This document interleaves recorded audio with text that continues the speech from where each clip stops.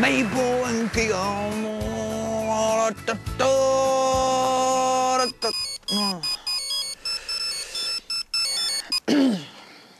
Ja, det er Claus Persen, sådan set fashion. Goddag. Claus, prøv lige at høre det lige meget. Hvor er du henne? Lone, jeg ser sgu lige midt i et kundemøde, så du bliver sgu nødt til at gå et kort, du. Ja, Claus, prøv lige at høre her. Det er bare lige fordi, jeg vil høre, fordi du lovede, du ville sørge for at købe de der nye knæer til viskestykkerne. Bare lige høre, om du havde gjort det. Nej, men ved du hvad, jeg skulle lige gå ud af butikken, du. De har sgu ikke flere Lone af knæerne der. De var filmet godt nok i restordre. Claus, prøv lige at høre her. Tror du godt, jeg kan høre, at du sidder i din bil, og hvordan kan du så samtidig være til kundemøde, og så samtidig lige være gået ud af butikken? Ja, undskyld, men jeg spørger bare. Ja, ved du hvad, knæerne der, ikke? De får dem sgu igen, men der går nok lige en uge, Lone, ikke? En uge? Det kan vi sgu da ikke gå og vente på, mand. Vi kan da risikere at få gæster inden. Hvad fanden skulle det da være? Hvad sagde du?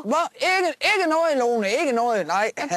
Prøv lige at høre. Claus, hvis du kommer hjem før mig, så sørg lige for, at der er støvsug i hele hytten. Ja,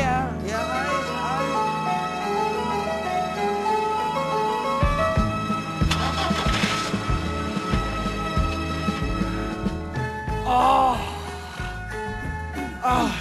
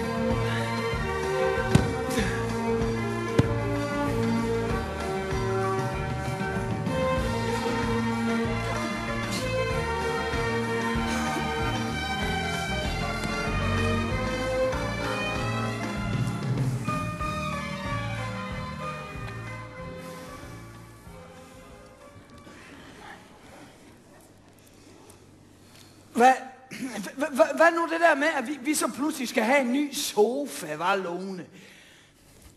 Claus, prøv lige at høre her. Altså, vi har diskuteret det en gang, og du sagde selv, at det var i år. Jamen, hvad skulle jeg købe alle de tæpper og smide over den her, for alle de hvide tæpper der, var? Det var sgu da for at prøve at redde bare lige første ombæring, ikke?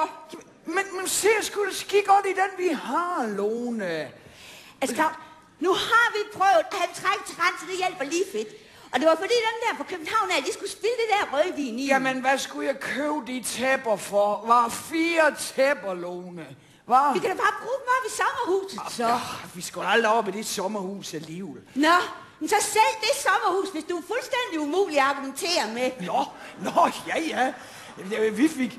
Det skulle indrettes, så vi fik klinker og kakler. Du fik gaskomfur til 30.000, vi aldrig var op. Nå, men så selv. Jeg vil have en lejlighed på Mallorca. Lejlighed på Mallorca? Ja, altså, jeg kunne tage dig ned, du kunne komme, vi kunne være der for uger om året, og jeg kunne få sol, og vi kunne hygge os. Hygge os? Og nu op, Claus, det var bare lige meget så. Jamen, du har jo ild i røven, Lone. Lige så snart du er færdig med noget, så skal et partout laves om. Jamen, kan vi da for fanden ikke bare sætte sådan en sofa? Ja, men du var at vi skulle se på sofa i dag. Og ved hvad, du får sådan noget med noget bomuldsbetræk, som du bare lige kan putte ind på 40 grader, så kan du vaske. Jamen, kan du da aldrig slappe af, kvinde?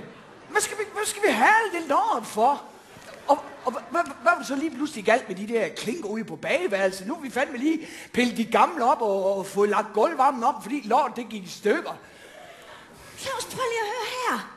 Det er jo ikke dig, der skal gå og gøre den ren, vel? Det er fuldstændig umuligt at gå og skure på. Ja, men det er jo til gengæld dig, der skulle have de der ski-base-kakler der. Og ved du hvad? De er også så glat, så du kan falde og brække ben, når du tager bag. Ja, Giv, du havde gjort det. Du er simpelthen bare så negativ hele tiden.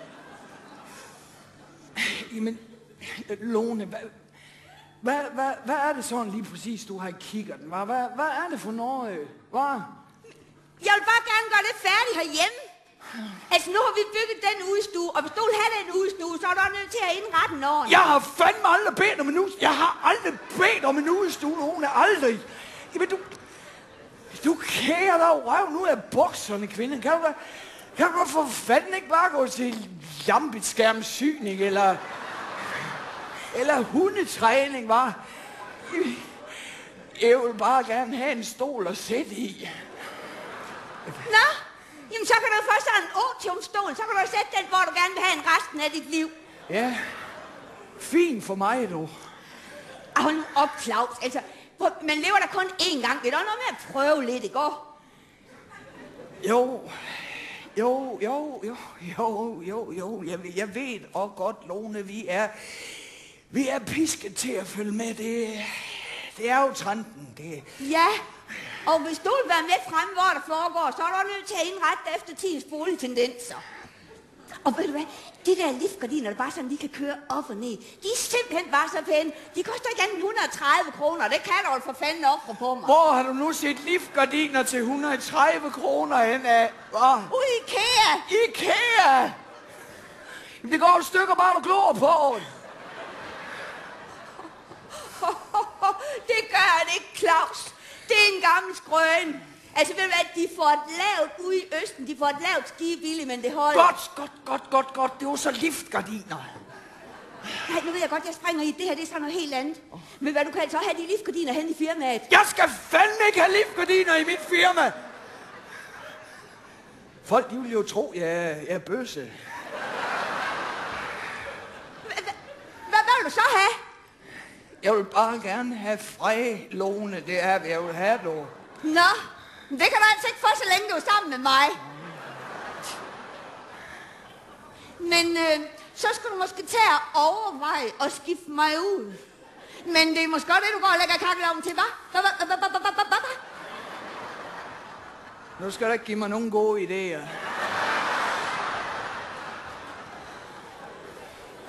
Du er slet ikke selv klar over, hvordan du bare går rundt og har et som blommen i det. Jamen, kan du da for fanden ikke bare være glad for det, vi har, Lone, hva'? Tænk, de behøver da ikke at være sådan, som de altid har været. Altså, du er da for eksempel heller ikke sådan, som du altid har været. For du var da i hvert fald ikke så sur, dengang jeg mødte dig i hvert fald. Nej, du havde jo en anden stemme dengang.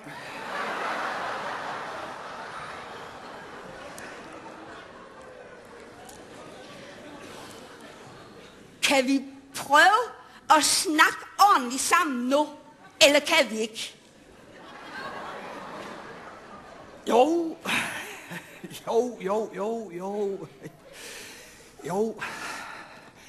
Hvad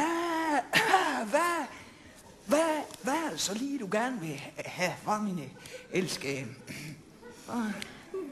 Jeg vil for eksempel gerne have, at vi kunne gå ud og handle sammen en lørdag formiddag, uden at komme op og skændes hver gang vi går ind i en forretning. Men det skal jo altid koste en bondegård.